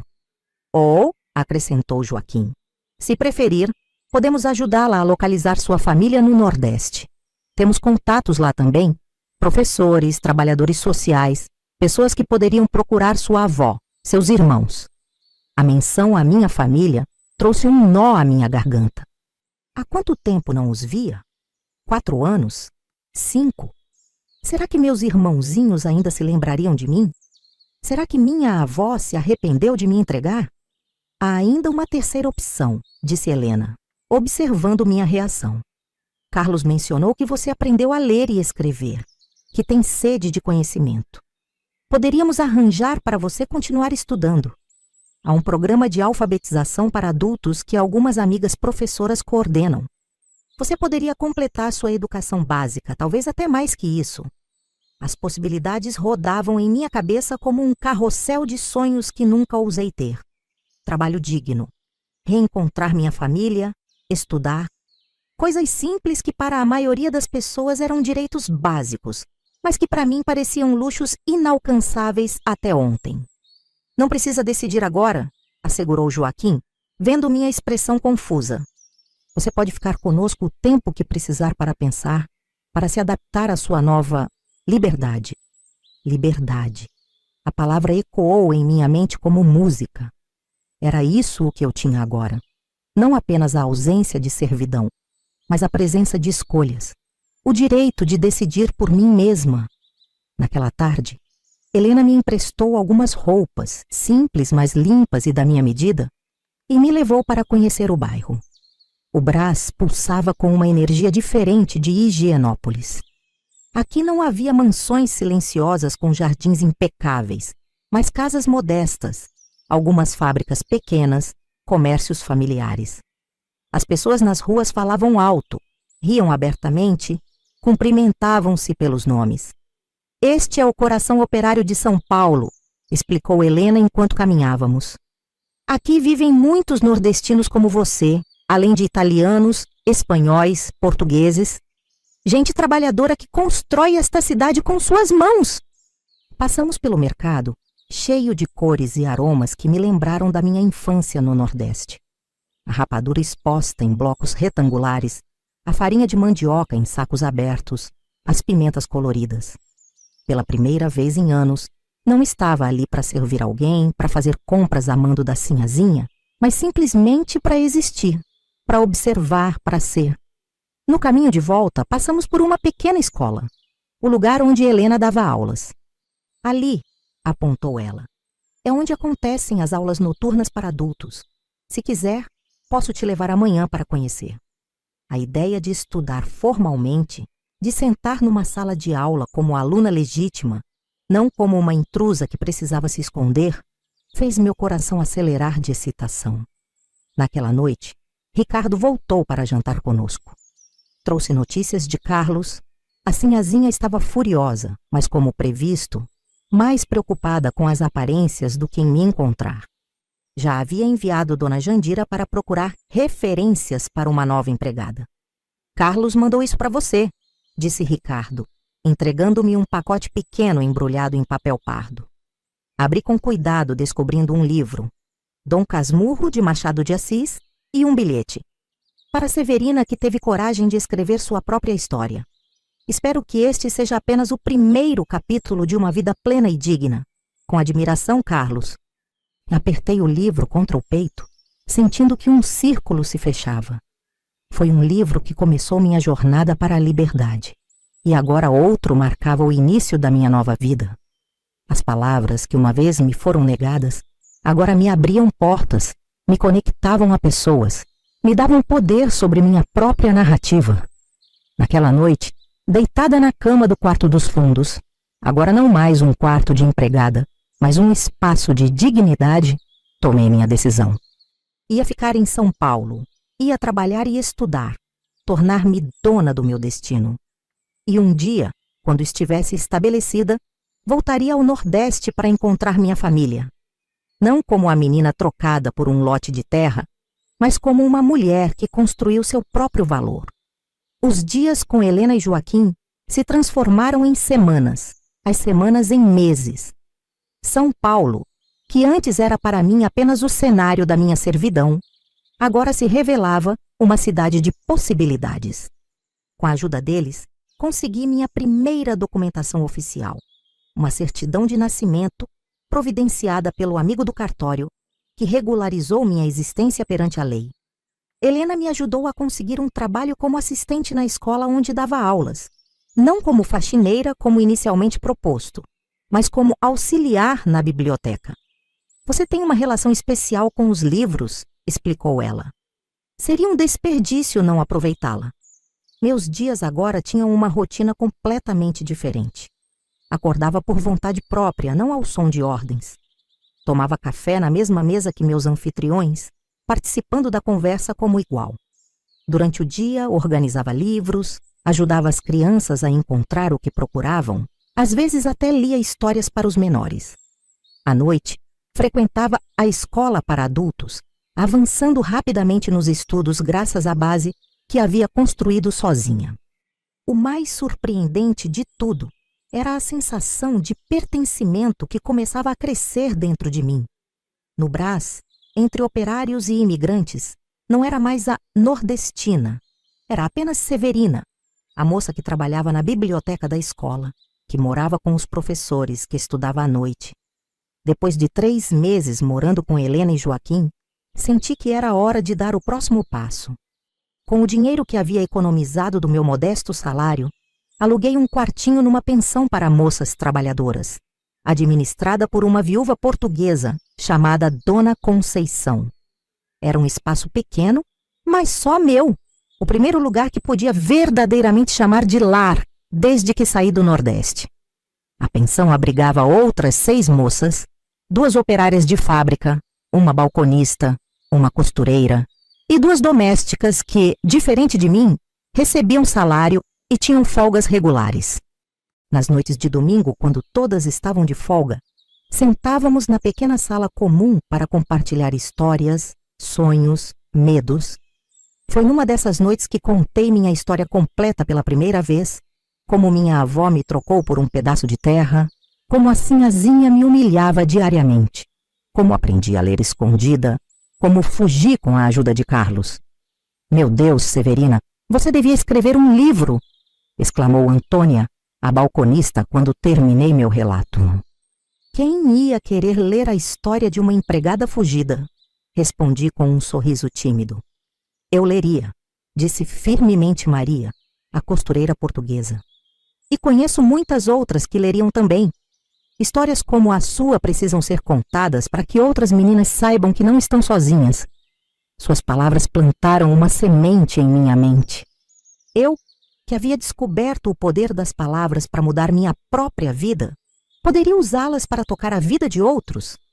Era um pensamento ousado demais para a menina que fui, mas não para a mulher que estava me tornando. 1 ano após minha fuga, consegui juntar coragem e dinheiro suficientes para dar o próximo passo na minha jornada.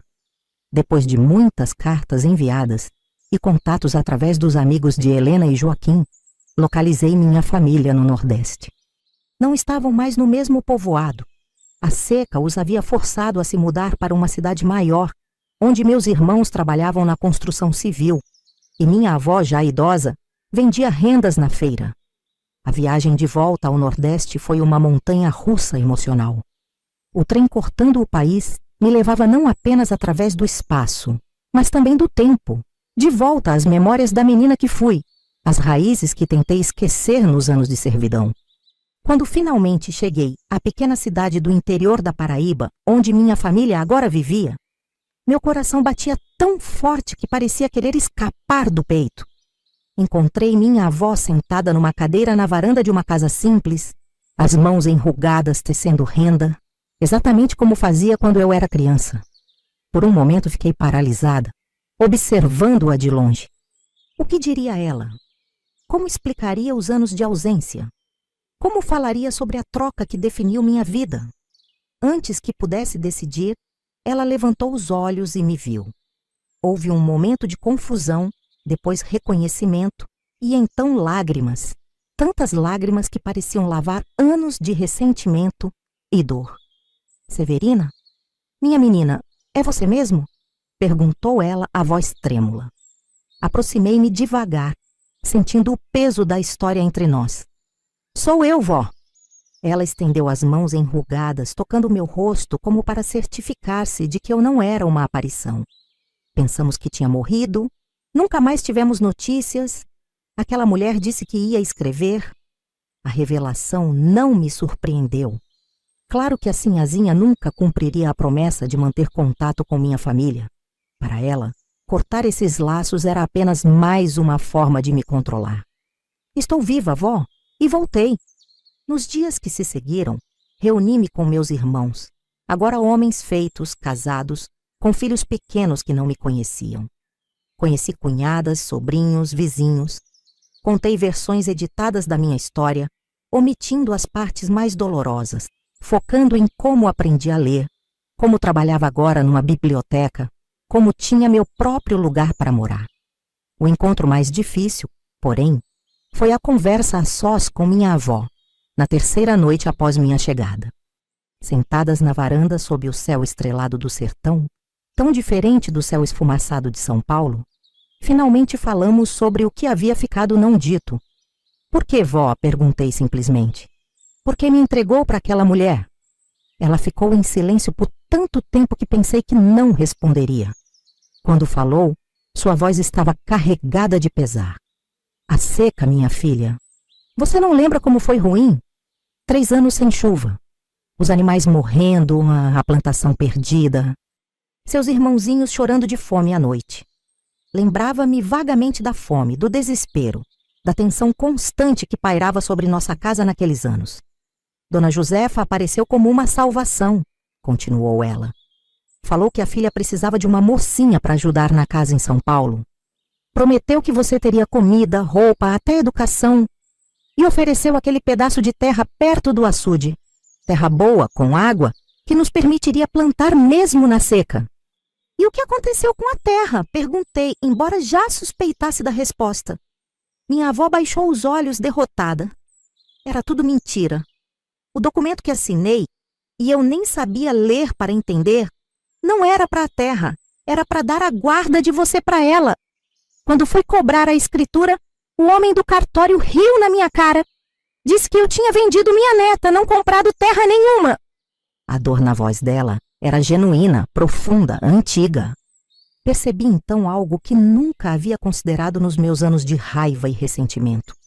Minha avó também tinha sido enganada, explorada, humilhada. Por que não foi me buscar quando descobriu a verdade? Perguntei, a voz mais suave agora. Como, minha filha? Com que dinheiro? Para ir até São Paulo? E depois, mandaram dizer que você estava bem, que estava feliz. Mostraram até uma carta que eu pedi para o padre ler, dizendo que você não queria voltar. Uma carta que, obviamente, eu nunca havia escrito. Mais uma mentira dos Albuquerque Melo para manter seu controle sobre mim, para cortar meus laços com o passado. Naquela noite, chorei nos braços da minha avó como não chorava desde criança.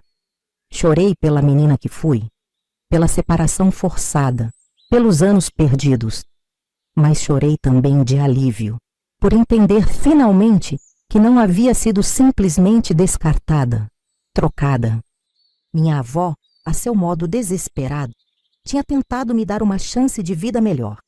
Uma chance que foi pervertida pela ganância e crueldade dos ricos que se aproveitaram da nossa miséria.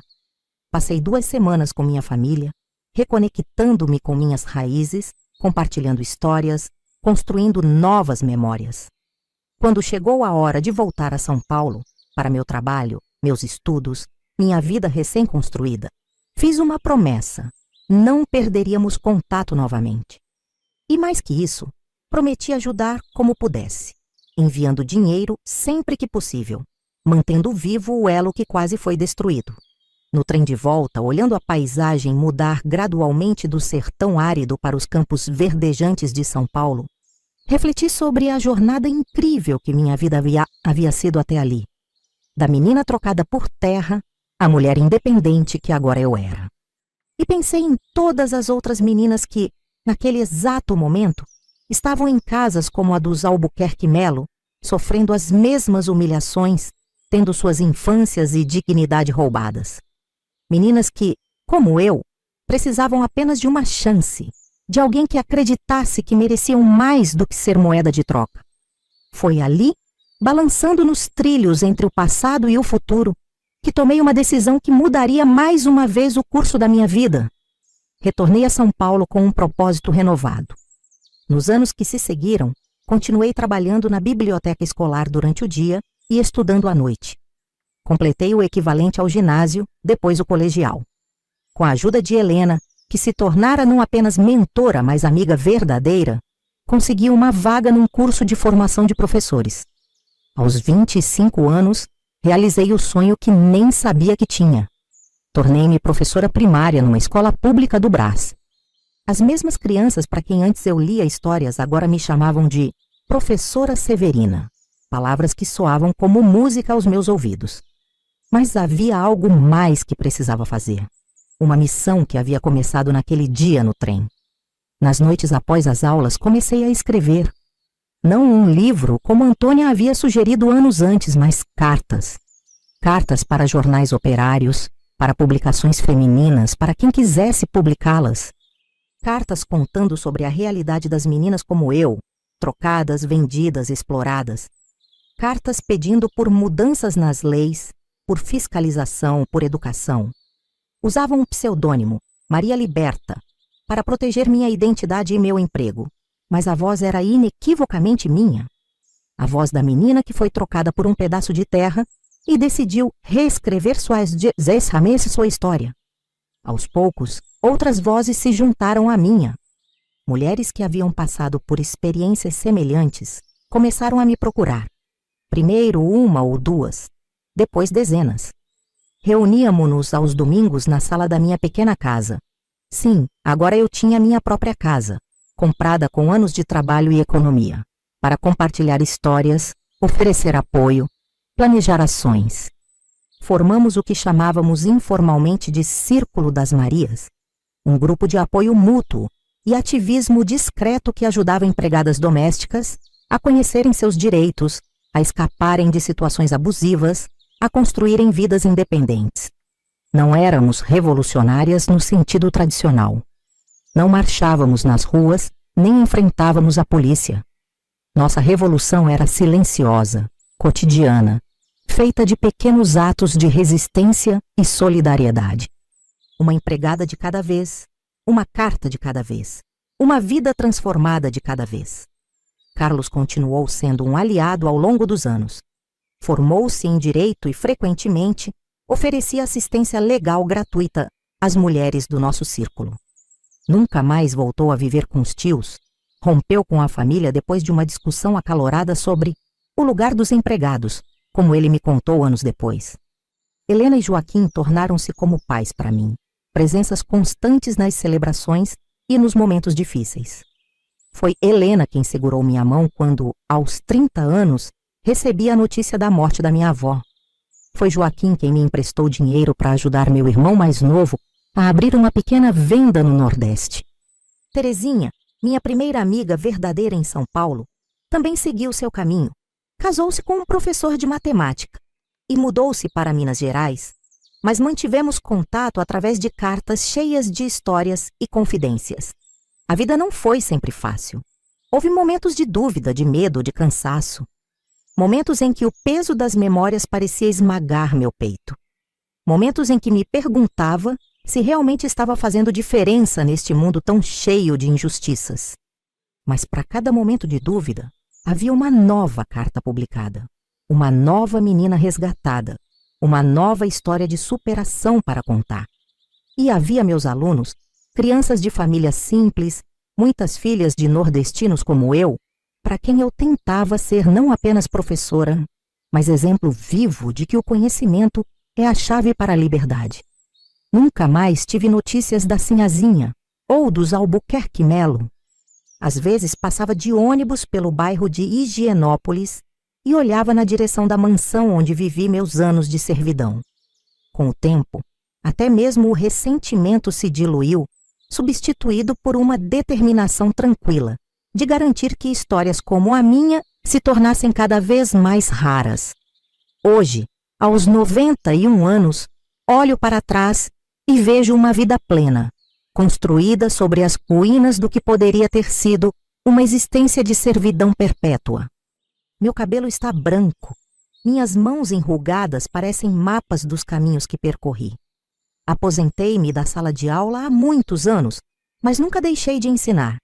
Através das palestras que dou para jovens professoras, através dos livros que finalmente comecei a escrever após a aposentadoria, através das histórias que conto aos meus sobrinhos netos quando vêm me visitar. O Brasil mudou muito desde aquela noite em que fugi da casa dos Albuquerque Melo. Leis foram criadas para proteger trabalhadores domésticos, escolas se multiplicaram, oportunidades se expandiram. Mas sei que ainda existem severinas por aí. Meninas cujas infâncias são roubadas, cujas dignidades são negociadas, cujos sonhos são sufocados antes mesmo de nascerem. Para elas, deixo esta história e uma mensagem. Seu valor não é determinado pelo que os outros estão dispostos a pagar por você. Não é medido pelo lote de terra pelo qual te trocaram, nem pelo salário miserável que te oferecem, nem pelas palavras de desprezo que lançam na sua direção. Seu valor está no brilho dos seus olhos quando aprendem algo novo. Está na força das suas mãos, que constroem vidas apesar dos obstáculos. Está na coragem do seu coração, que continua a sonhar, mesmo quando tudo parece conspirar contra você. Às vezes, quando o sol se põe e as sombras se alongam em minha pequena varanda, ainda sinto o cheiro da terra molhada do sertão. Ainda ouço a voz da minha avó cantando antigas cantigas de ninar. Ainda sinto o peso do primeiro livro que segurei nas mãos trêmulas, abrindo caminho para um mundo novo. E sorrio, grata por cada passo da jornada, mesmo os dolorosos, mesmo os injustos, porque foi essa jornada que me trouxe até aqui, que me ensinou que às vezes precisamos ser trocadas para descobrirmos nosso verdadeiro valor. Sou Severina Maria da Conceição. Fui trocada por um lote de terra. Fui humilhada pela sinhazinha todos os dias. E quando resolvi tomar as rédeas da minha vida, descobri que valia muito mais do que qualquer pedaço de chão neste mundo. E você também vale.